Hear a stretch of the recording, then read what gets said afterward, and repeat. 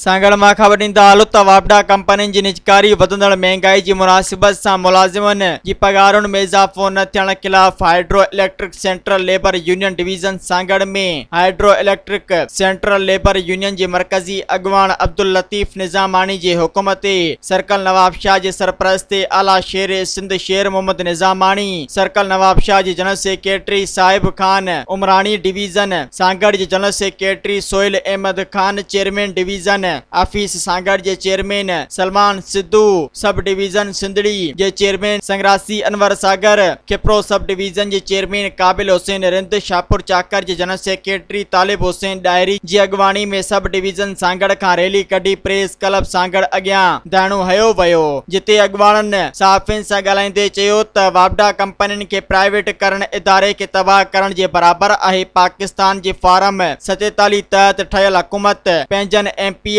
सेनेटरनि जी पगार त 200% वधाईंदे देर नथी करे, जॾहिं नंढनि मुलाज़िमनि जी पगार वधाइण लाइ IMF जी इजाज़त घुर्जे। असां वक़्त जे हुक्मराननि खां मुतालबो था करियूं त वापडा कंपनियुनि जी निजकारी खे फौरी तौर रोकियो वञे, वधंदड़ महांगाई जी मुनासिबत सां मुलाज़िमनि जी पगारुनि में इज़ाफ़ो कयो वञे ऐं वापडा रूल तहत मुलाज़िमनि जूं भर्तियूं कयूं वञनि। असांजा मुतालबा मंज़ूर न कया विया त पूरे पाकिस्तान जा मुलाज़िम पार्लियामेंट हाउस अॻियां धरणो हणंदा। सब्सक्राइब कयो अवामी न्यूज़ HD खे ऐं ताज़ा तरीन ख़बरुनि लाइ ॾिसंदा रहो अवामी न्यूज़ HD।